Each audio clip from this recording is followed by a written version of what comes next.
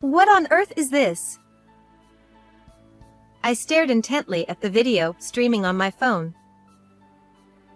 It was a live feed of my house. Specifically, my bedroom. An app on my phone was connected to the surveillance camera in the room. On the screen, I saw my husband and a woman together.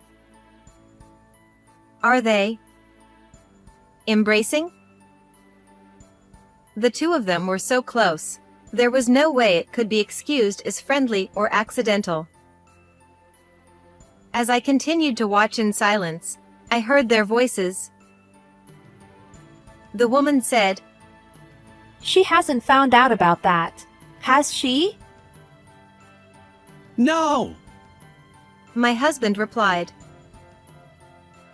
I'm doing exactly what you told me to. It's perfect. She's so dumb, she believes everything. The woman laughed. I can totally imagine that. After sharing a laugh, they began to get intimate and collapsed onto the bed together. I was left speechless, staring at the video in utter disbelief. Because that woman was my own sister. My name is Nancy. I'm 50 years old. I've been married to my husband, Jason, who turns 55 this year, for 20 years. We don't have any children, so it's just been the two of us living together. Since we both worked, we had a comfortable lifestyle, but that all changed about 10 years ago. Jason was diagnosed with early-onset dementia. At first, it was just small mistakes at work, so I never imagined it could be dementia. But as time went on, the mistakes became more significant. He would forget the dates of important meetings with clients or even how to do his job. Eventually, it became impossible for him to continue working. In his daily life, he started forgetting where things were, how to change clothes, and his sense of direction became so impaired that he'd bump into things constantly. There was even a time when he left a kettle on the stove and almost caused a fire. So, we turned to my sister, Amy, who runs a care facility, for advice. She recommended a hospital where Jason underwent tests, and it was there that he was diagnosed with early-onset dementia. Jason retired from work, and now we have a caregiver sent from Amy's facility who comes every other day, while he spends his days in home care. As for me, I've become the sole breadwinner, working hard every day. Nancy, how is Jason doing? It was the day Harris, our usual caregiver, came over. Amy showed up with him, as she sometimes does. Amy, you're here?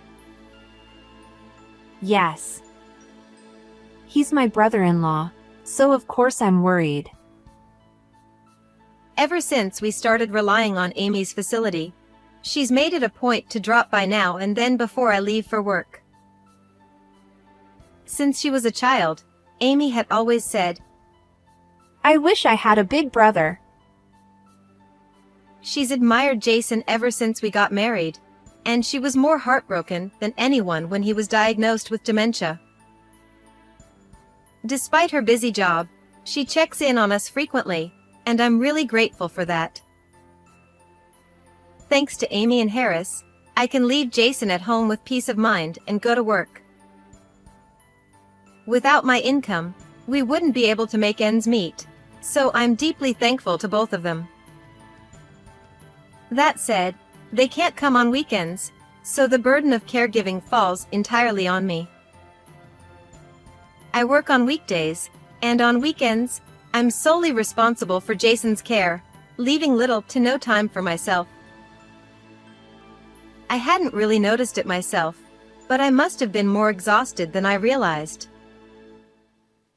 At the hospital for Jason's regular checkup, a familiar nurse immediately picked up on how worn out I was.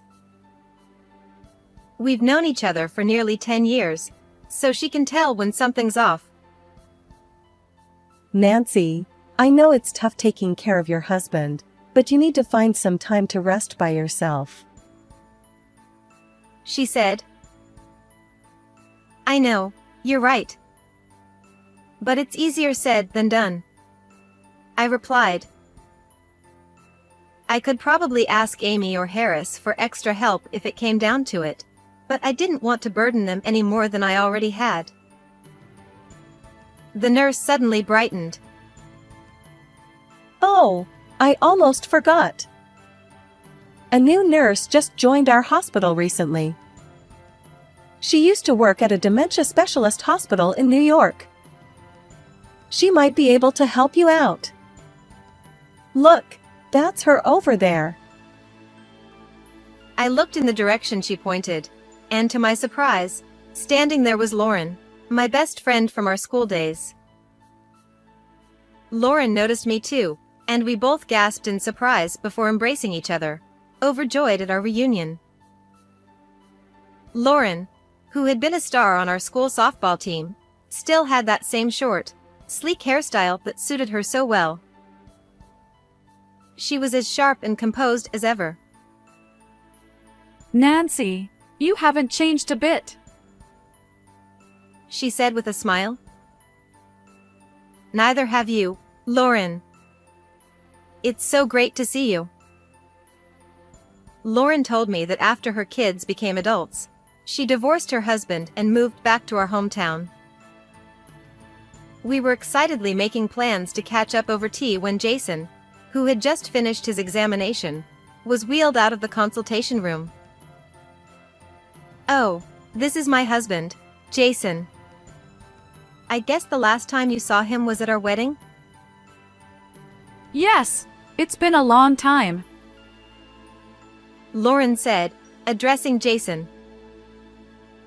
I've been friends with Nancy since middle school. She knelt down to meet Jason's eye level in the wheelchair, but suddenly paused mid-sentence. Lauren? I asked, noticing her hesitation. Oh, sorry. Lauren replied, snapping out of it. Jason, we met once at your wedding. Is that so? I look forward to your help. Thank you in advance. Jason said with a cheerful smile, bowing his head.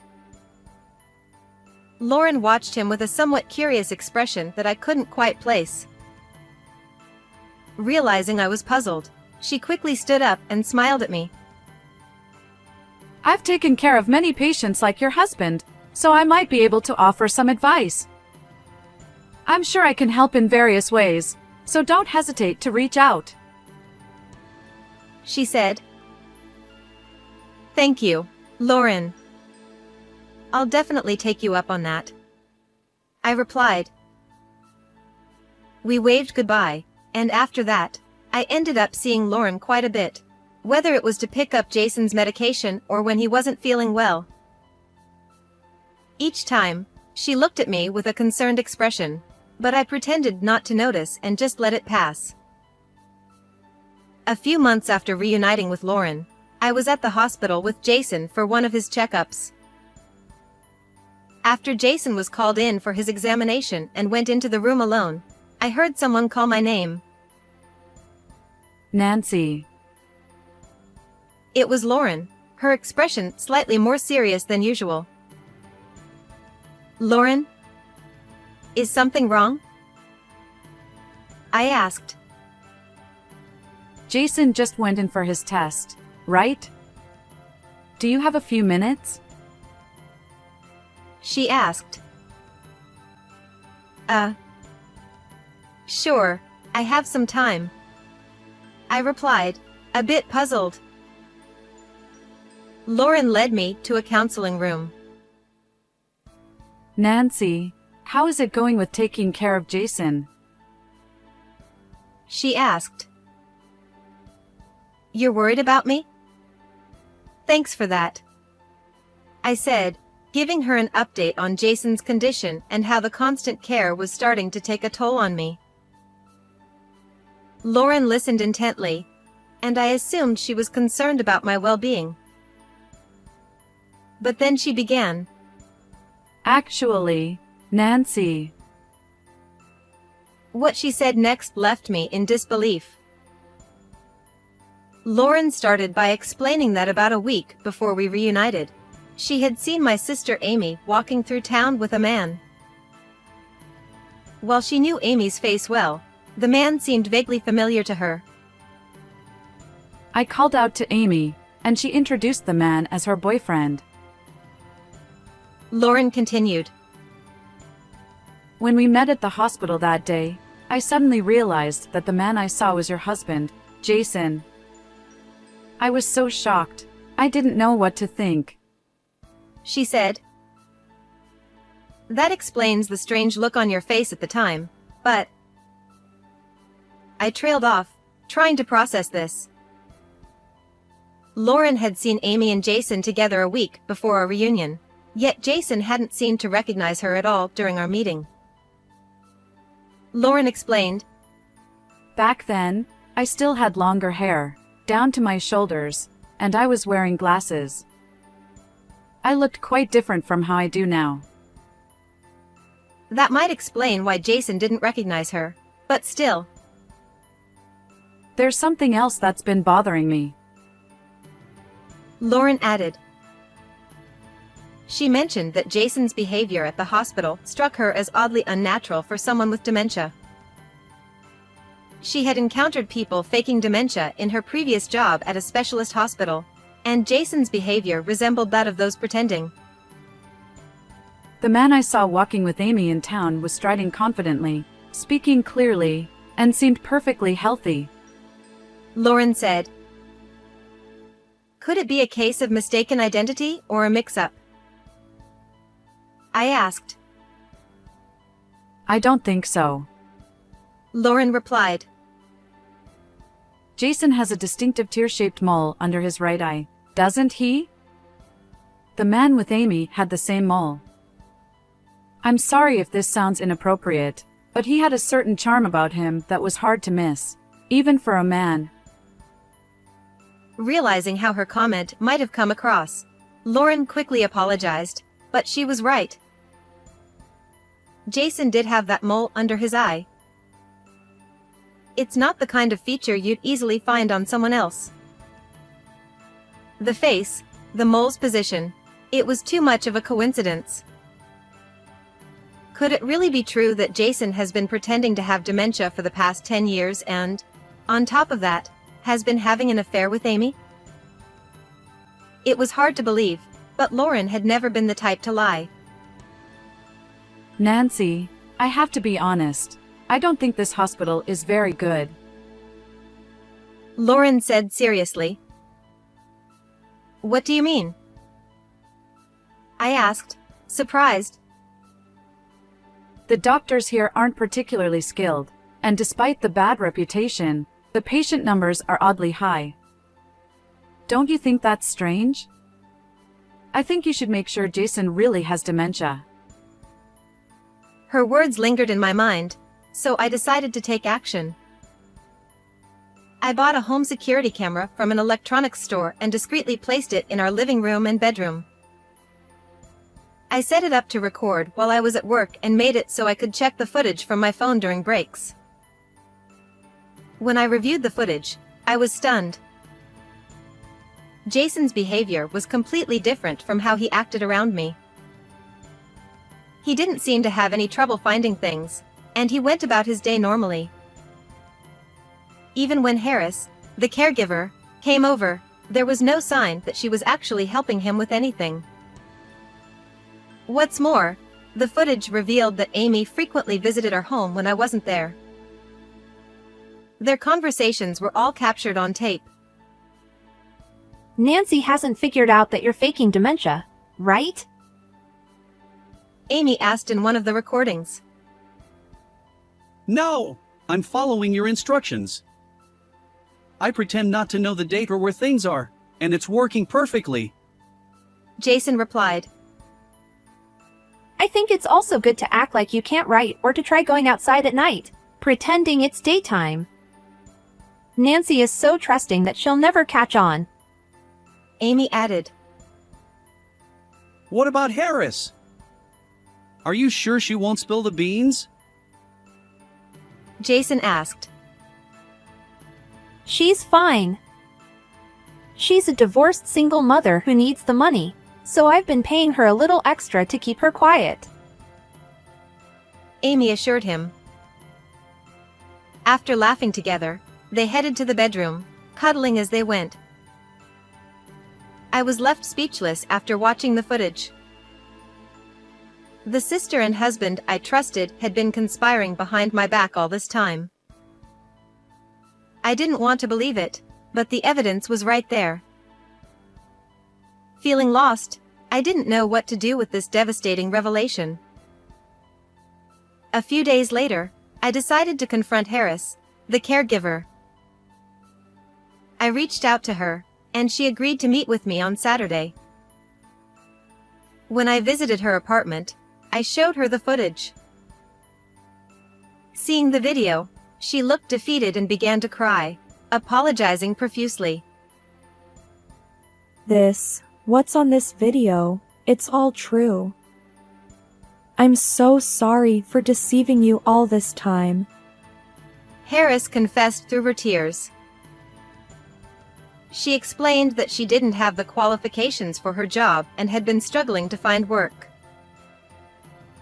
Amy offered her a job with exceptionally good pay, and Harris felt she had no choice but to go along with Amy's plan. Just as Amy mentioned in the video, Harris was a single mother in need of money. However, the guilt of being complicit in deceiving someone weighed heavily on her conscience. It was this guilt that ultimately led her to provide her testimony. She also gave me receipts, copies of her work logs, and her diary entries from that time. I needed the money, but that doesn't excuse what I did. I betrayed you as a person, and I'm truly, deeply sorry. Harris said, bowing her head repeatedly in apology. With the evidence and testimony Harris provided, I decided to gather more proof on my own. After speaking with a few relevant people, I consulted with a lawyer and planned to confront Jason and Amy in the act. On a typical weekday, I pretended to leave for work as usual, but instead, I waited near our home. Once Amy arrived and I was certain they were in the middle of their rendezvous, I barged into the house. They were caught red-handed, with no chance to escape. As they scrambled to cover themselves, I coldly stated, "I know everything. Jason, I heard you messed up at work and got sidelined to a dead-end position. You were so fed up with the job that you didn't want to bother anymore, didn't you?" I said, repeating what one of his colleagues had told me. Jason, looking panicked, began to confess. It wasn't my idea. Amy came up with the plan. She said I should pretend to have dementia so Nancy would take care of me. We could meet whenever she was at work. It was all Amy's idea. Harris was just there to create an alibi. Amy hired her. Jason's tone, as if he was trying to pin all the blame on Amy, made her snap. She started shouting hysterically. You've got some nerve! You were totally on board with the plan. Now you're trying to wriggle out of it by putting all the blame on me? You're a coward! Amy screamed. Shut up! You were the one who wouldn't leave me alone. I just did what you said. Jason shot back. As they stood there, stark naked, hurling insults at each other, I felt my heart grow colder. I couldn't stand to be around them any longer. That's enough. Both of you, get out. Now, I yelled. I dragged them to the living room window and threw them outside. I also tossed out their clothes and Amy's bag, then slammed the window shut. They pounded on the glass, pleading with me. Let me in! Jason yelled. Please, listen to me. Amy begged.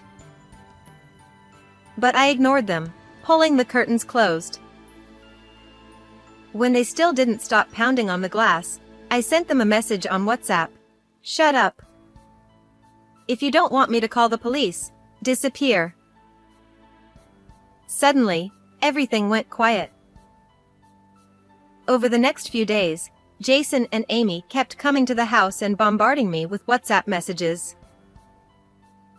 Fed up with their persistence, I decided to put the house on the market and move into a short-term rental. I had already transferred the house, which was originally in both of our names, into my name alone when Jason was diagnosed with dementia. Since Jason had retired, he no longer had the means to pay the mortgage, and I figured it would be a hassle if a dementia patient had any decision-making power in the event of a crisis. So I made the change preemptively. The house sold for more than I had expected, and combined with the savings I had secretly accumulated, I was able to purchase a condo. I didn't foresee this kind of situation when I made those decisions, but looking back, I have to say, good job, me. I divorced Jason and, while I was at it, demanded a hefty amount of alimony from both him and Amy. Whether or not Jason had the ability to pay was irrelevant. It was my way of saying, this is what you both did to me. I will never forgive or forget. Now, let me share some updates I heard through the grapevine. After our divorce, Jason remarried Amy, and they now live in her house. But apparently, things aren't going well between them. I imagine they were only driven by the thrill of their illicit affair. Marriage is different. It's not just about being lovers. When you live together, the good and the bad start to surface. You have to accept, acknowledge, and sometimes turn a blind eye to those things. But for those two, who got caught up in the excitement of their affair and then hastily remarried, that's probably too much to handle. Even if they wanted to separate, they have nowhere to go. Both of their parents have passed away, and the house Jason and I lived in is long sold. Jason has no place to return to now. With no other family to rely on and no escape, they're stuck with each other. Honestly, I couldn't care less, but if I had to say it, serves them right. As for Harris, her testimony led to Amy's facility losing its certification and eventually being shut down. It seems the business hadn't been profitable enough to repay the bank loan she took out to start it. So, in addition to the alimony she owes me, Amy is now deep in debt. That's a fitting price to pay for stealing her sister's husband. The quack doctor who gave Jason the fake diagnosis also faced consequences. After the scandal broke, most of the staff, except for Lauren, quit, and the hospital eventually went out of business. It turns out that the doctor had been taking on requests from some shady sources, issuing fake diagnoses like the one Jason received, in exchange for patient referrals. That's how this doctor, despite lacking any real skill and having a terrible reputation, managed to attract so many patients. After uncovering the truth, I realized how ridiculous the whole situation was. But I also had to acknowledge my own fault for blindly trusting what my sister and that quack doctor had told me. According to Lauren, I'm too trusting and tend to believe whatever people say. I don't like being suspicious of others, But I've learned that I need to be more discerning and think things through more carefully from now on. That's been my ongoing reflection lately. Speaking of Lauren, she recently landed a new job at a large general hospital in the neighboring town. They recognized her experience working in a New York hospital, and she's already earned the trust of her colleagues, allowing her to work freely and comfortably. Through Lauren's recommendation, Harris also started working in the hospital's cafeteria. Wow, how cute! Lauren exclaimed, her eyes lighting up at the sight of the puppy playing with a ball in front of her. This little guy is a male miniature dachshund I welcomed into my home about a month ago. He's become my precious partner, bringing me comfort and easing the fatigue after long days at work. Ever since he arrived, Lauren has been visiting my condo more often. This little one is so adorable. I just can't help coming by to see him. She says, but I know she's really coming to check on me. She'd never admit it, though. I may have lost my husband, but now I'm spending enjoyable moments with my best friend. And you know what? I think I could get used to this life, enjoying my singlehood with my close girlfriend by my side. So, how did you like this story? Don't forget to subscribe to the channel. And I'll see you in the next video.